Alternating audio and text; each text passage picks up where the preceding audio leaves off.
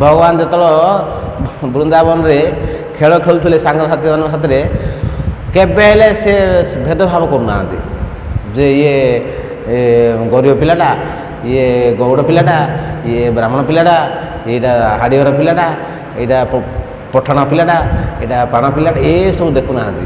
ସାଙ୍ଗସାଥିରେ ସବୁ ସମାନ ଦୃଷ୍ଟିରେ।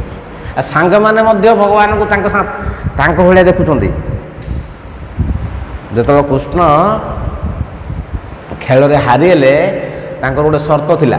କ'ଣ ସର୍ତ୍ତ ଥିଲା ନା ଯିଏ ହାରିବ ସେ ଘୋଡ଼ା ହେବ, ତା ଉପରେ ଯିଏ ଜିତିବ ସେ ବସିବ। ଭଗବାନ ହାରିଗଲେ। ଭଗବାନଙ୍କୁ ତାଙ୍କ ସାଙ୍ଗମାନେ କହିଲେ କୃଷ୍ଣ ଘୋଡ଼ାଏ, ମୁଁ ତ ଉପରେ ବହି, ମୁଁ ଘୋଡ଼ା ହେବିନି, ମୁଁ ରାଜାର ପୁଅ, ମୋ ବାପା ନନ୍ଦ ମହାରାଜ, ମୋ ମା ଯଶୋଦା, ମୁଁ ଏଡ଼ ବଡ଼ ଘରର ପିଲା, ମୁଁ କାଣା ଘୋଡ଼ା ହେବି? ହବୁ ନା ନାଇଁ? ନାଇଁ ହେବିନି। ହବୁ ନା ନାଇଁ 3 ଥର ପଚାରିଲେ, ହବୁ ନା ନାଇଁ? ନାଇଁ ହେବିନି। ହବୁ ନା ନାଇଁ? ନାଇଁ ହେବିନି। ହବୁ ନା ନାଇଁ? ତାକୁ କାଢ଼ରେ ଖେଳରୁ ଧରେ ଅଲଗାର ଅଲଗାର ଆମର ଖେଳୁ, ତତେ ଆଉ ଖେଳରେ ମିଶାବନି, ଯା। ତାକୁ ଆଉ ଖେଳେଇଲେ। ସିଏ ପୁରା ମୋ କାନ ଶୁଖେଇରେ କୃଷ୍ଣ ସେ ତଳେ ବସିଲେ, କାନ୍ଦିଲେ।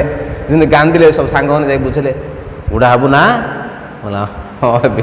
ତାପରେ କୃଷ୍ଣ ଆଇଲେ, ଗୁଡ଼ା ହେଲେ, ସାଙ୍ଗ ଯାହା ତା ଉପରେ ବହିଲେ, ସେ ଚାଲି ହାମ୍ବୁଡ଼ି ହାମ୍ବୁଡ଼ି ହାମ୍ବୁଡ଼ି ହାମ୍ବୁଡ଼ି କେତେ ଦୂର ନେଲେ, ତାପରେ ମିଶାଇଲେ ଖେଳରେ।